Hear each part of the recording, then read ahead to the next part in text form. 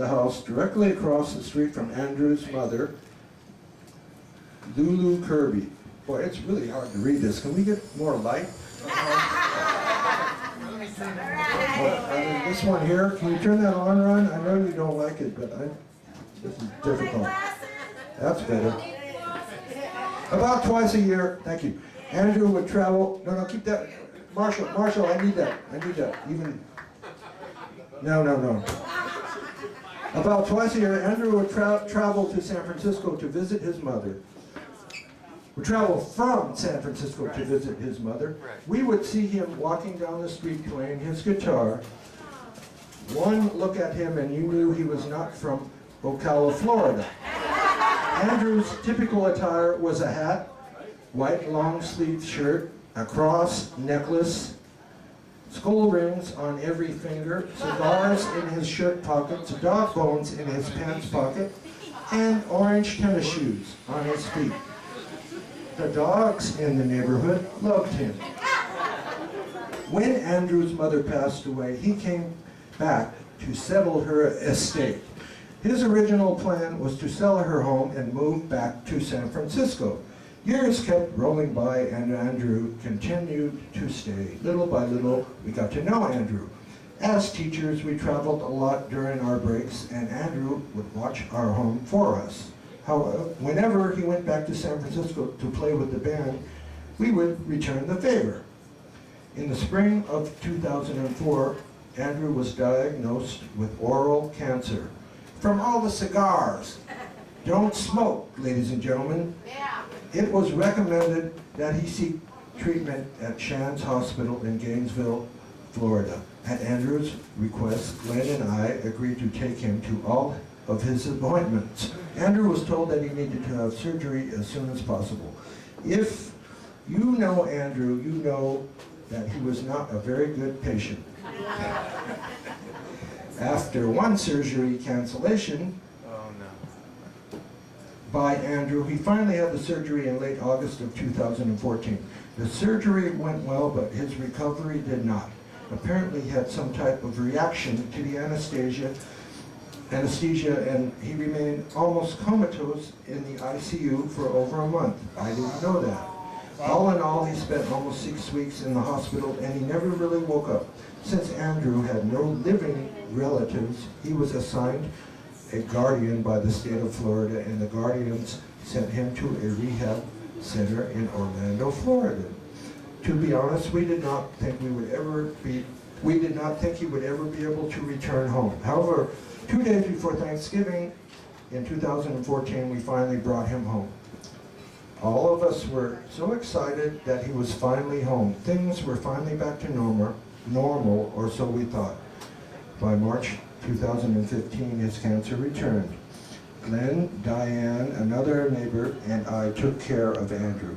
Little things upset him, and he would storm away from us, but would later return and say, "You know I'm bipolar, and I can't help myself."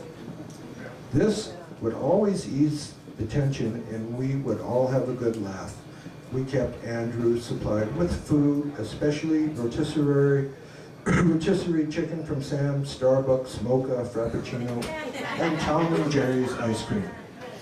As he grew weaker, we arranged for him to have 24-hour nursing care. Can you guess how that went?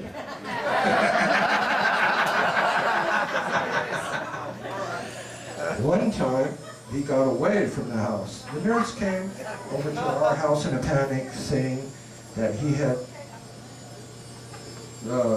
left. We got in our car and she went in her car in another direction. Lo and behold, there was Andrew driving his lawnmower down to the local gas station to get gas for the mower. I asked him what he was doing. He said, "I need gas so I can mow the lawn." I said, "Andrew, it's 8 p.m. It's too late to mow tonight. Please get in the car so I can take you home." After a few verbal moments, he finally complied. The next morning, the day nurse ran over to tell us that he was agitated and needed our help. Glenn ran over and Andrew promptly sprayed him and the nurse with his garden hose. When I showed up on the scene, he told me that I could not come in. Oh, he told me that I could come on in. He would see me, but nobody else.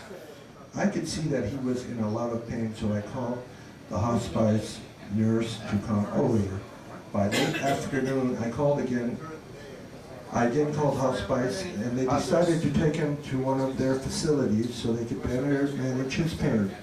By 10 p.m., Andrew left us. There are so many things we never knew about Andrew.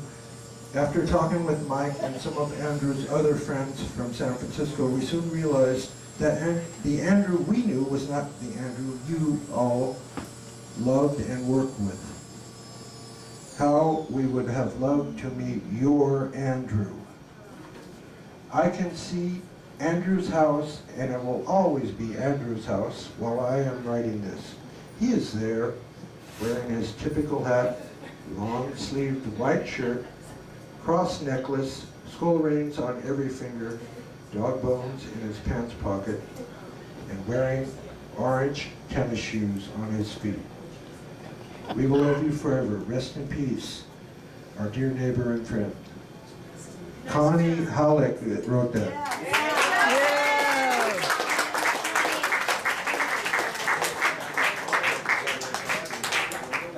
But he wasn't as agitated as the time that Lonnie threw his breakfast out of the tour bus window and refused to let him sit shotgun where he always sat on tour. And I was driving.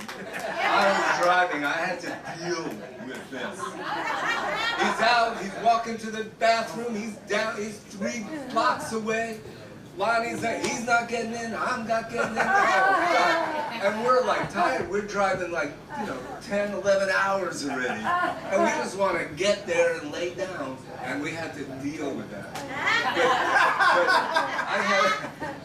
But I have one of his rings, and I have some of his drumsticks, which is really cool. So it's in my little museum. But just to let you guys know, if you want to see Andrew, if you didn't see him when he was playing drums, when he was playing with Terry and the Pirates, and you can go on YouTube. If you didn't get a chance to see him play, it's really cool. He was a really good rock and roll drummer. What do you put in? He had all that energy. What do you type in YouTube? Name? Andrew Kirby? Yeah, just go to or Terry and the Pirates. What are you, over 30? And you can go on YouTube and Google or look up King Perkoff Band. He's on about 100 videos with us. He was an incredible performer and the best singer I ever worked with. And a great percussionist, bass player, and guitar player as well. And lots of fun. Lots of fun, and never the same. But one more thing that we all know, but we'll let you know, when we used to go on our little mini tours, he would go into the restaurant, and we'd be sitting there, and every time the waitress would come, and he would order 7 or 8 drinks. A water, a milk, an orange juice, a soda, 2 beers, and a coffee.